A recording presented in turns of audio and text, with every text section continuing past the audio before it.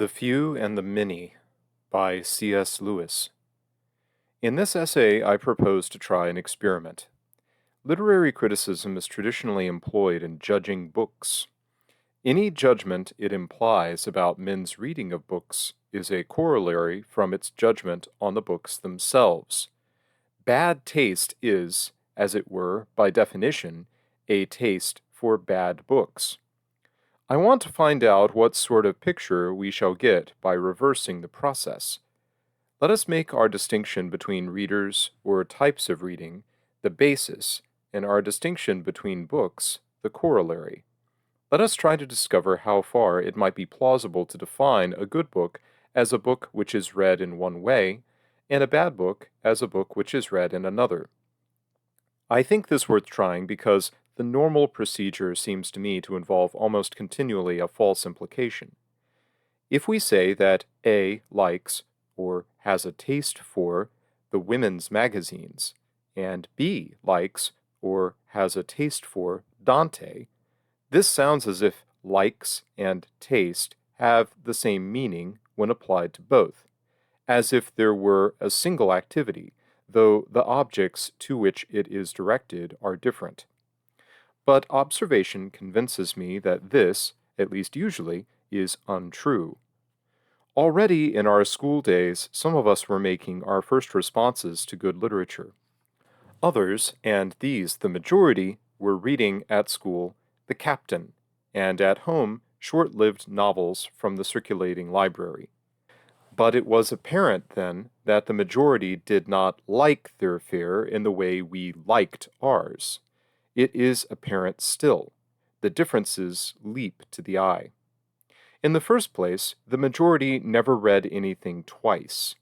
The sure mark of an unliterary man is that he considers, "I've read it already," to be a conclusive argument against reading a work. We have all known women who remembered a novel so dimly that they had to stand for half an hour in the library skimming through it before they were certain they had once read it. But the moment they became certain, they rejected it immediately.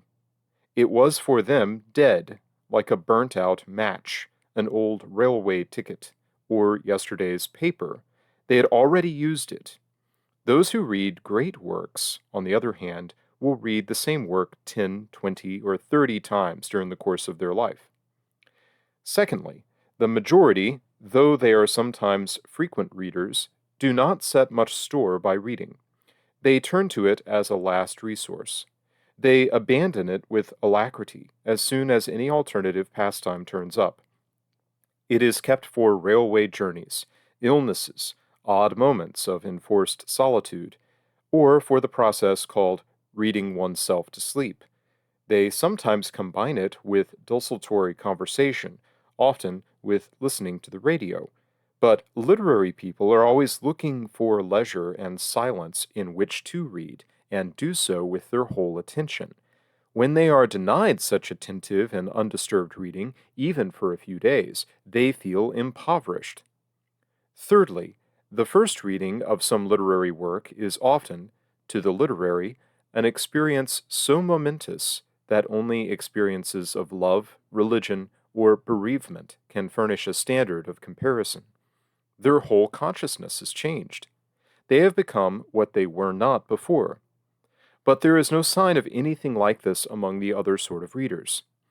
When they have finished the story or the novel, nothing much or nothing at all seems to have happened to them.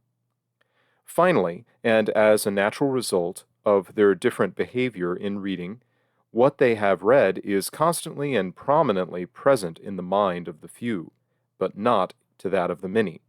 The former mouth over their favorite lines and stanzas in solitude. Scenes and characters from books provide them with a sort of iconography by which they interpret or sum up their experience. They talk to one another about books, often at length. The latter seldom think or talk of their reading.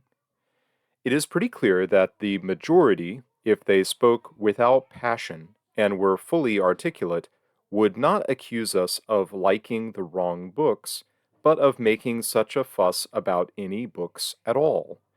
We treat as a main ingredient in our well being something which to them is marginal. Hence, to say simply that they like one thing and we another is to leave out nearly the whole of the facts.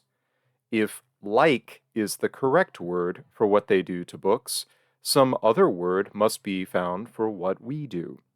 Or conversely, if we like our kind of book, we must not say that they like any book. If the few have good taste, then we may have to say that no such thing as bad taste exists, for the inclination which the many have to their sort of reading is not the same thing, and if the word were univocally used, would not be called taste at all. Though I shall concern myself almost entirely with literature, it is worth noting that the same difference of attitude is displayed about the other arts and about natural beauty.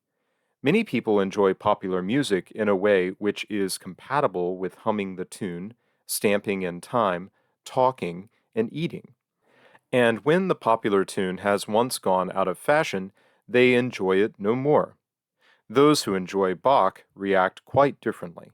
Some buy pictures because the walls look so bare without them, and after the pictures have been in the house for a week, they become practically invisible to them. But there are a few who feed on a great picture for years.